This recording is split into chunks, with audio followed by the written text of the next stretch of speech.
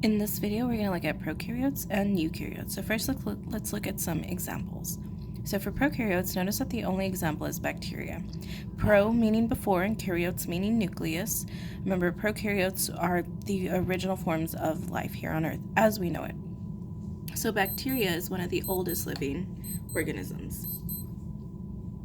Eukaryotes, on the other hand, are much more complex, much more developed, and are typically multicellular organisms. This includes fungi, plants, animals, protozoa, and algae. When we look at the cells, one of the most classifying items for a prokaryote is the flagellum. So it's this little tail-like structure that helps it move.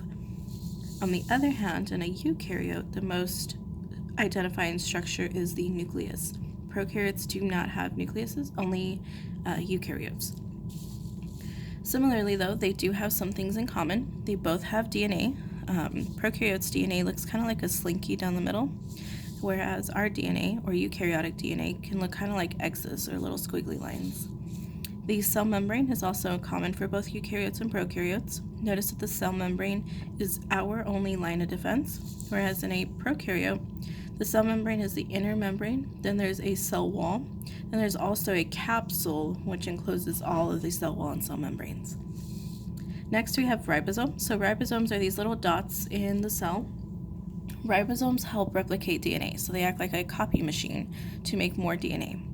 Cytoplasm is the jelly-like substance inside both cells. So this is what keeps the cell full and kind of holds its structure. It's not water, it's not jello, it's something in between. Finally, let's look at some of their defining characteristics. So for the most part, prokaryotes are going to be unicellular, which means one cell. They are smaller, they are much more simpler than eukaryotes, and they split with binary fission. So that was a really easy one that we watched in class where it's like splitting a paper in half. It is very simple, very fast, and not complicated. On the other hand, eukaryotes are mostly multicellular, which means they're more than one cell. They can be unicellular, but they're mostly multicellular.